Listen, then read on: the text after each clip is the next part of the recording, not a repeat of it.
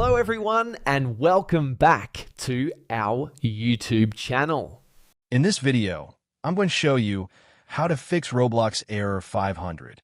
First, we'll start with something very simple yet powerful. So over the time, apps store temporary files to load faster, but sometimes those files get corrupted and the app starts acting weird. To resolve this issue, we will first head over to our device settings.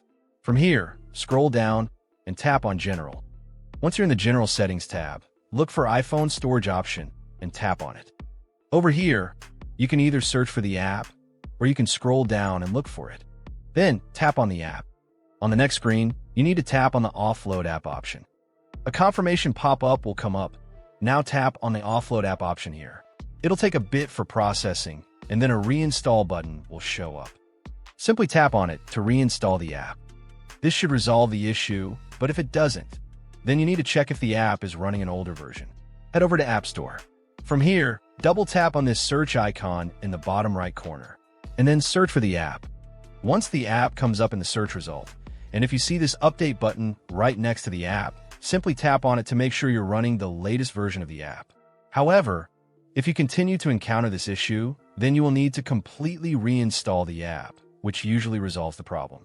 Head over to this screen the way we did before. And over here, tap on the Delete App option here to uninstall the app from your device. A confirmation pop-up will come up. Now tap on the Delete option here. Once uninstalled, open up App Store and search for the app in the search bar. After the app comes up in the search result, simply click on this cloud icon to install it back onto your device. Hopefully, this resolves the issue. If it does, consider sending a super thanks to support our channel. And also don't forget to hit the subscribe button. We'll see you in the next video.